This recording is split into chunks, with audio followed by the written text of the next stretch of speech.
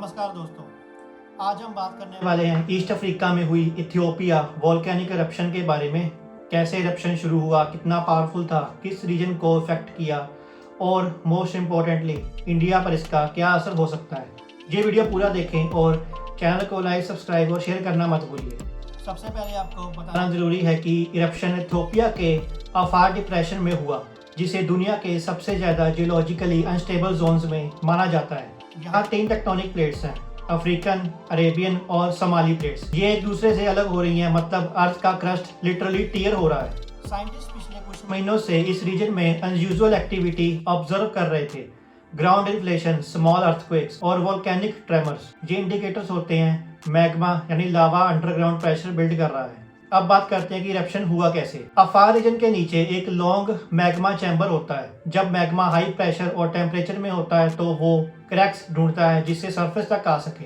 श्रृंखला की बात करें तो deep underground magma chamber pressurise होता गया, अर्थक्वेक्स क्लस्टर होने लगे यानी इकट्ठे होने लगे, जो एक वार्निंग साइन है। सरफेस में फीचर्स यानी लंबे क्रैक्स ओपन होने लगे। एक क्रैक से लावा फाउंटेन्स ऊपर की तरफ आने लगा। ऐश यानी राख का धुआं 6 से 8 किलोमीटर ऊंचाई तक चला गया। इरप्शन के पहले 6 घंटे क्रिटिकल थे। ऐश, स्मोक और रेड हॉट लावा का कॉम्बिनेशन अफार डेजर्ट को पूरा जगमगा रहा था। वोल्केनो ने बहुत ही फास्ट इरप्शन दिखाया, एक्सप्लोसिव बर्स्ट और लावा धीरे धीरे आगे बढ़ता गया। इस तरह इरप्शंस में ऐश और क्लाउड दूर दूर तक ट्रेवल करता गया। इथियोपिया के अलावा एरिट्रिया और जिबूटी के कुछ बॉर्डर टाउन्स में भी ऐश फॉल्स की रिपोर्ट सामने आने लगी। एयर क्वालिटी हजार्डस हो गई, लाइफ स्टॉक को नेजल इन्फेक्शन तक के कॉजेज आए। एविएशन सेक्टर में कुछ रूट्स टेम्परेली डाइवर्ट कर दिए गए। अफार रीजन एक्सट्रीम हीट और ड्राइनेस में होता है तो ऐश पार्टिकल्स हवा में बहुत लॉन्ग टाइम स्टे कर सकते हैं।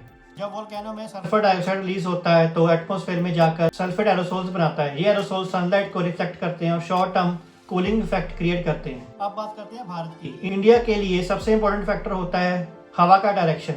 इंडियन ओशन में अपर लेवल विंड्स कभी कभी ईस्ट अफ्रीका से पार्टिकल्स को कैरी कर सकती हैं। अगर राख स्ट्रेटोस्फेयर में पहुंच जाता है तो पार्टिकल्स वीक्स तक हवा में ट्रैवल कर सकती हैं। करंट इरप्शन में इंडिया पर negligible to low impact expected है, लेकिन राख का धुआं पूरे अरेबियन सी तक आ जाना पॉसिबल है।